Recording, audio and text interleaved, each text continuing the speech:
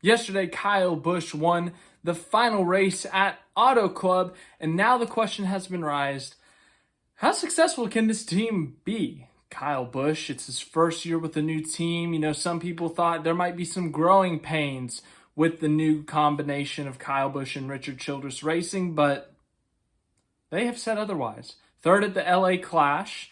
The Daytona 500, they were leading late in that one before a late caution and some crashes and some getting past, I guess. But at Auto Club, everything seemed to click. He was one of the best cars all day, led over 30 laps, and eventually, as you can see here, won the race.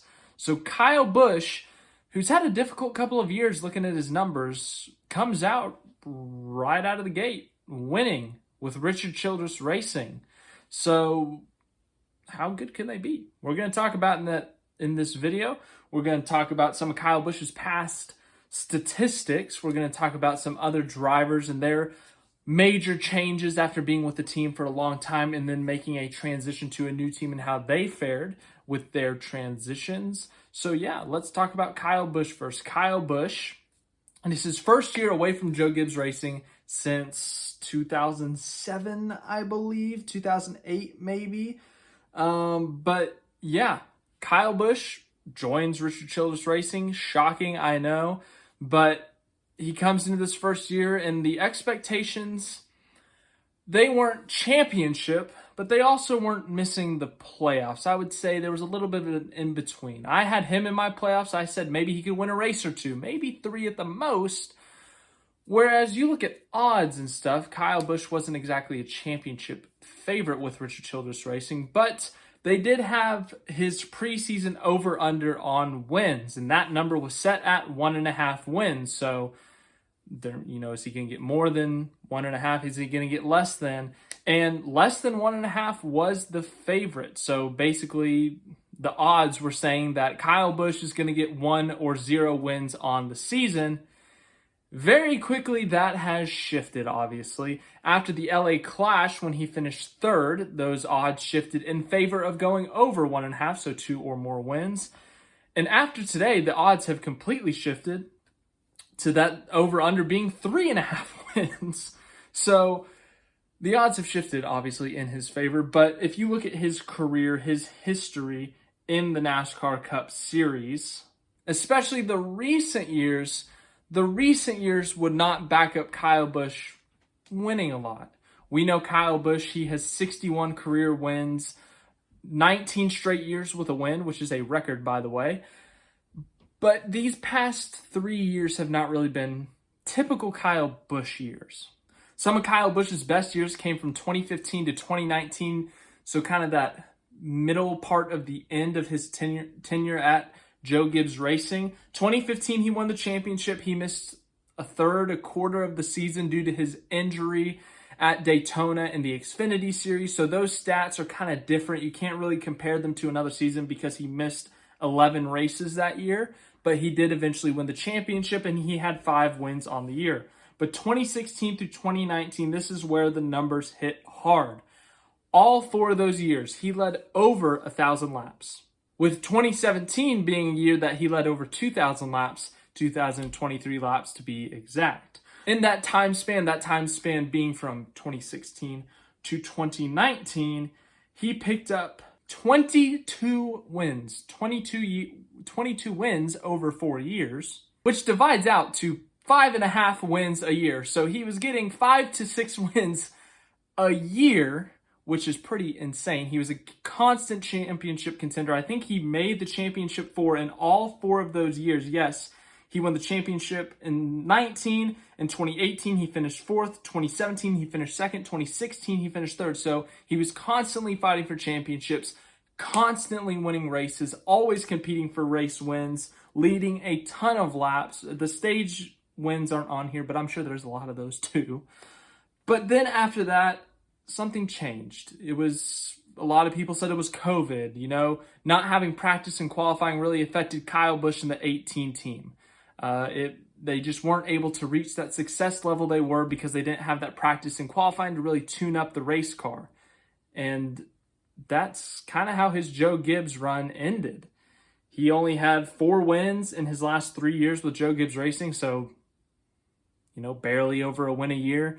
He had 1 win in 2020, and it came very late in the season at Texas in the playoff race. That year, a lot of people thought that streak of years with a win, that was the year that it was going to end, but he ended up getting that win at Texas. 2021 was a little bit better. He had another win. He had 2 wins, but still not the greatest year. He only led 334 laps that year, whereas the previous year, where he only had that 1 win, he led 516 laps. And then there was last year. Last year, he led 627 laps, so still under that 1,000 lap mark, but more than the previous 2 years. He only had that 1 win, and it wasn't exactly a dominant win. He kind of had to have Tyler Reddick and Chase Briscoe take themselves out in order to get that win. So Kyle Busch, it's not like he was falling off a cliff or anything. It's not like he's old.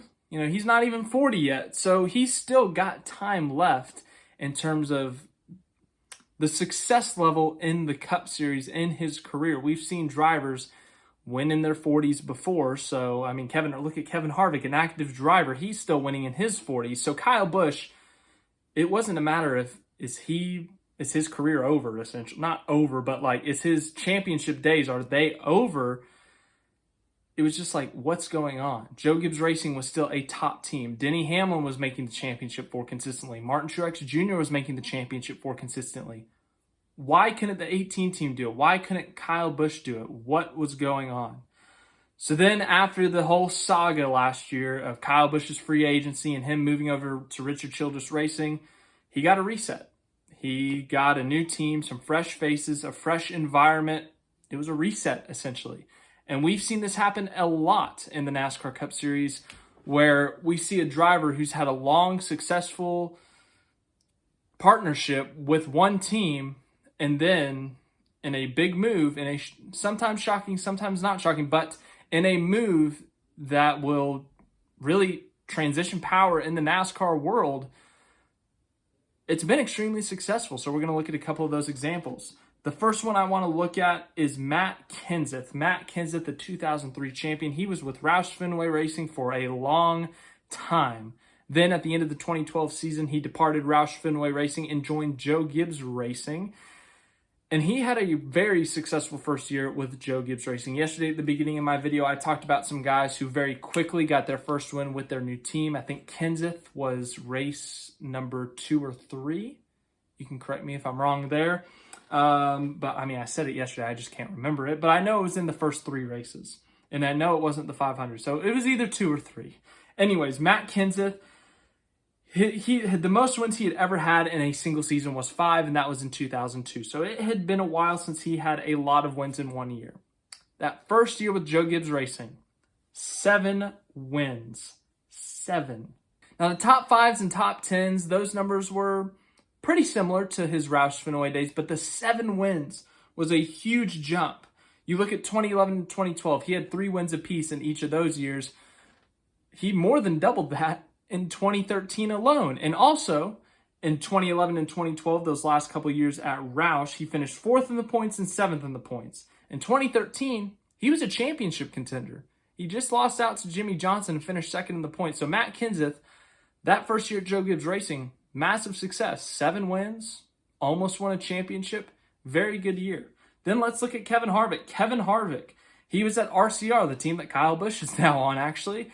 He had a lot of successful years. He competed for championships. In fact, the year 2010, he was competing for a championship. He had fought for championships in other years. But 2014, he decides to move to Stewart-Haas Racing. And in his first year, he wins the championship. He had 5 wins that year. He had 14 top 5s, which was only the 3rd most he had ever had in his career in a single season.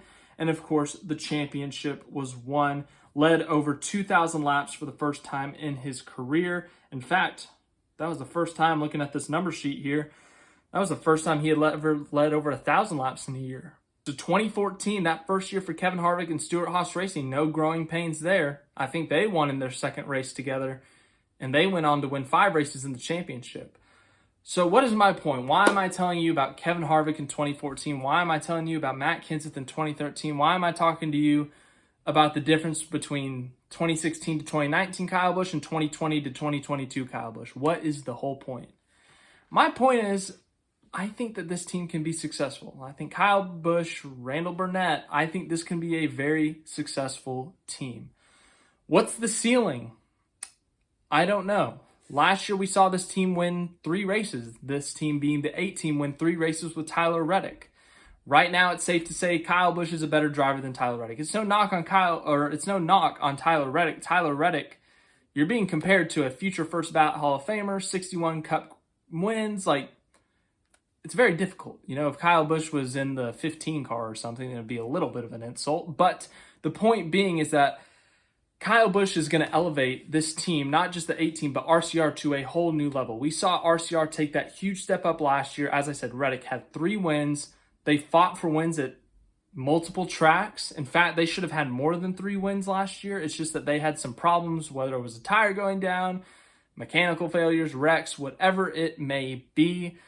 They had their problems last year despite being so good, and they were extremely inconsistent. Can Kyle Busch bring that consistency? Well, we saw them essentially redeem themselves this year. Remember last year, Tyler Reddick was leading at Auto Club, led 90 laps, swept the stages, blew a tire, and that ruined his day. This year, they won at Auto Club. So I think that, I know it's a really early reaction to say this. It's very early in the season, only 2 races in, but I think the championship 4, reaching that championship 4, even maybe winning the championship, is possible for this 8 team. We just listed a couple of examples of guys having very successful first years and competing for or winning championships with their new teams. I don't see any reason why this team can't. This RCR is no longer a mid-pack team. They are going to be consistently in the top 10, top 5, competing for wins. They've shown the speed the last 2 years. They showed it last year. They've shown it so far this year, albeit only 2 races in. But I think the ceiling is very high for this 8 team. I know it's very early on, yes. I know there's a lot that can happen, but if you're Kyle Busch in the 8 team, you got a lot of confidence this early in the season. I think you need to carry that confidence. I think they're going to win 4 to 5 races this year. I think it's very possible to win that amount of races, maybe even more. And if they're really good at the intermediates, oh boy, it's going to be quite the adventure. But Kyle Busch, RCR, I would say they can be very, very successful this year. It is not going to be a slump of a year. There's not going to be growing pains. The expectations are sky high. They set them sky high after winning yesterday, and that's not a bad thing. If you can meet those expectations, I think there's going to be a lot of happy Kyle Busch fans this year. So, am I going to pick him to win the championship right now? No, because I already made my championship pick, and it's not looking too good right now. But I think this 8 team, I think Kyle Busch, they can be very successful this year. I think that there's a lot of potential for this team. I think RCR is looking at potentially being back to championship winning glory. It's something they have not had in a while. So thank you for watching this video. I hope you enjoyed the video. But I thought it would be fun to do something like this. I think I did something like this with Larson in 21 after his first one with Hendrick about how high the ceiling could be for them. So yeah, I'm curious to hear your thoughts. How successful do you think Kyle Busch is going to be? How many wins do you think they'll get this year? Will they be in the championship 4? Will they win the championship? Let me know your thoughts. And yeah, those are just my thoughts on Kyle Busch and how he could be this year.